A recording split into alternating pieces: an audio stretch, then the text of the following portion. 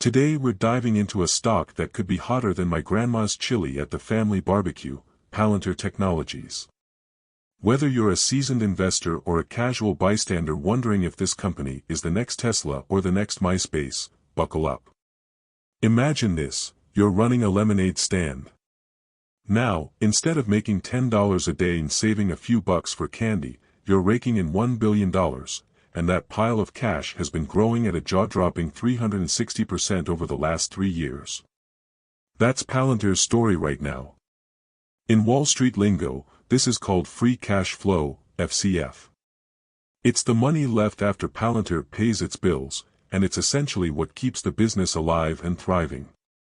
Companies with strong FCF have flexibility, they can reinvest, buy back shares, or just flex like they're on Shark Tank. But hold on, why does this matter? Imagine you're a software company that needs to buy more servers. FCF means you can do that without asking Uncle Sam for a loan. Imagine Microsoft is knocking at your door with some new AI software. No problem, you can out-innovate them with your FCF war chest. The question isn't whether Palantir is financially solid. With $1 billion in FCF, they're swimming in it. The real question is what they'll do with it, and trust me, we're going to get into that. Here's the tea, critics love to point out that Palantir's operating margins aren't exactly cozying up to Microsoft's.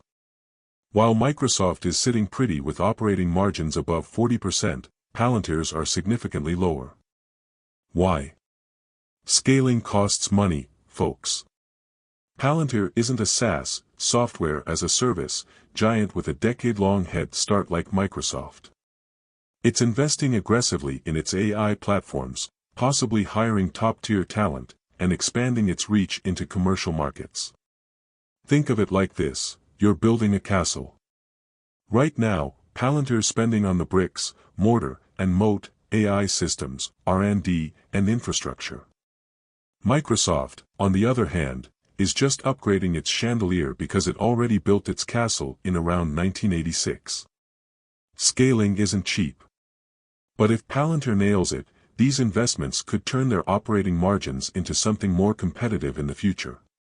By the way, if you are benefiting from the content so far and want more like this, hit the subscribe button, turn on the notifications bell, and comment the word more.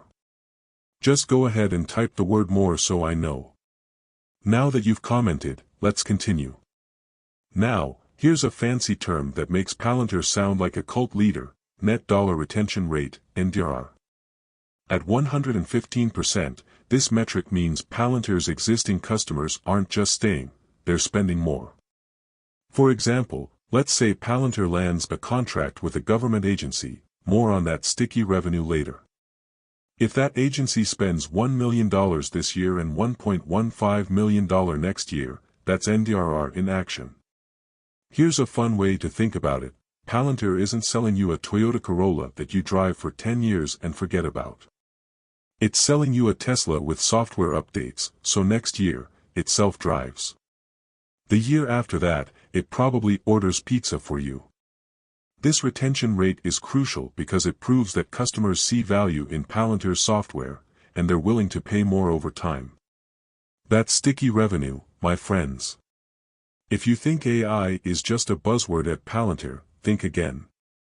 While some companies dabble in AI like it's their part-time gig, Palantir is all in. Their platforms, like AIP, Artificial Intelligence Platform, are transforming industries. Insurance companies are automating underwriting. Defense agencies are deploying self-driving drones with Palantir's VNav systems. It's like Tony Stark handed Palantir the keys to Jarvis. And remember, AI isn't a shiny gadget for Palantir, it's the foundation. It's what makes their products essential to customers like governments and Fortune 500 companies. Critics love to argue that relying on government contracts is risky. But here's the reality, government revenue is some of the long-term, most reliable cash you can have. Here's why, governments don't go bankrupt as such. They might shut down for a week, but they always come back to pay their bills. Once a government adopts Palantir's software, switching costs are massive. You can't just rip out an AI system running your national defense strategy and replace it with Excel spreadsheets. Critics might see this as a weakness, but it's more like having a lifetime subscription from the world's wealthiest customer. So, is Palantir a buy in $70s? Now, the million-dollar question, or should I say, the $70 question, is Palantir a buy right now?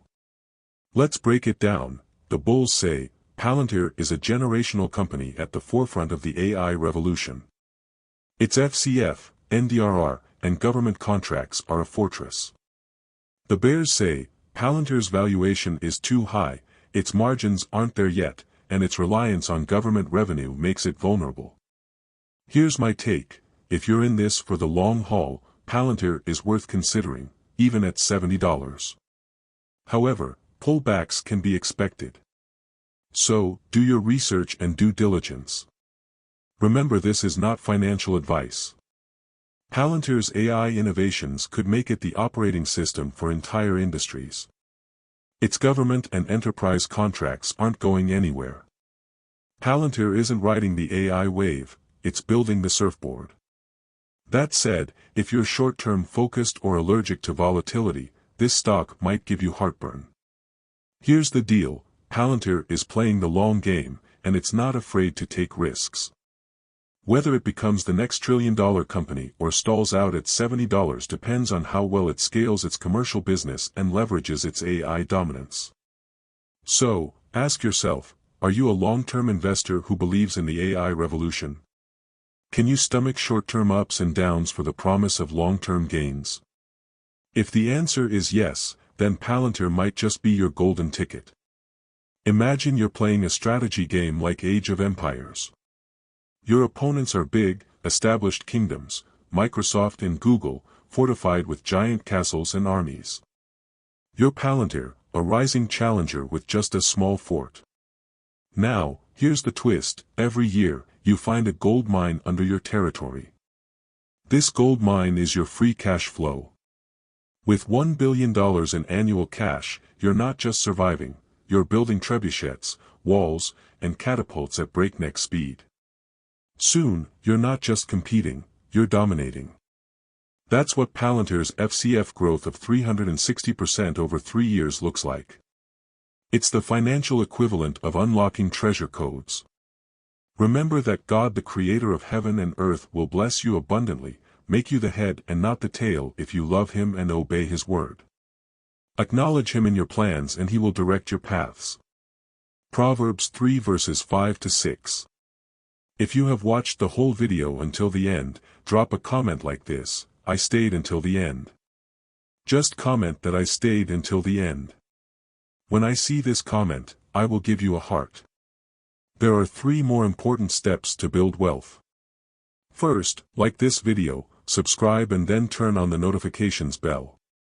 If you do this, you highly motivate me to continue bringing to you educative and transformative videos every week. Do not miss out on our future videos full of knowledge and wisdom. All I am asking is your subscription. Thanks for joining us today, your support is appreciated so much. Do not hesitate to share this video to help someone. I recommend that you watch the next video, subscribe to the channel and share your thoughts about today's video. Thank you, see you in the next video by God's grace. We love you, and blessings to you.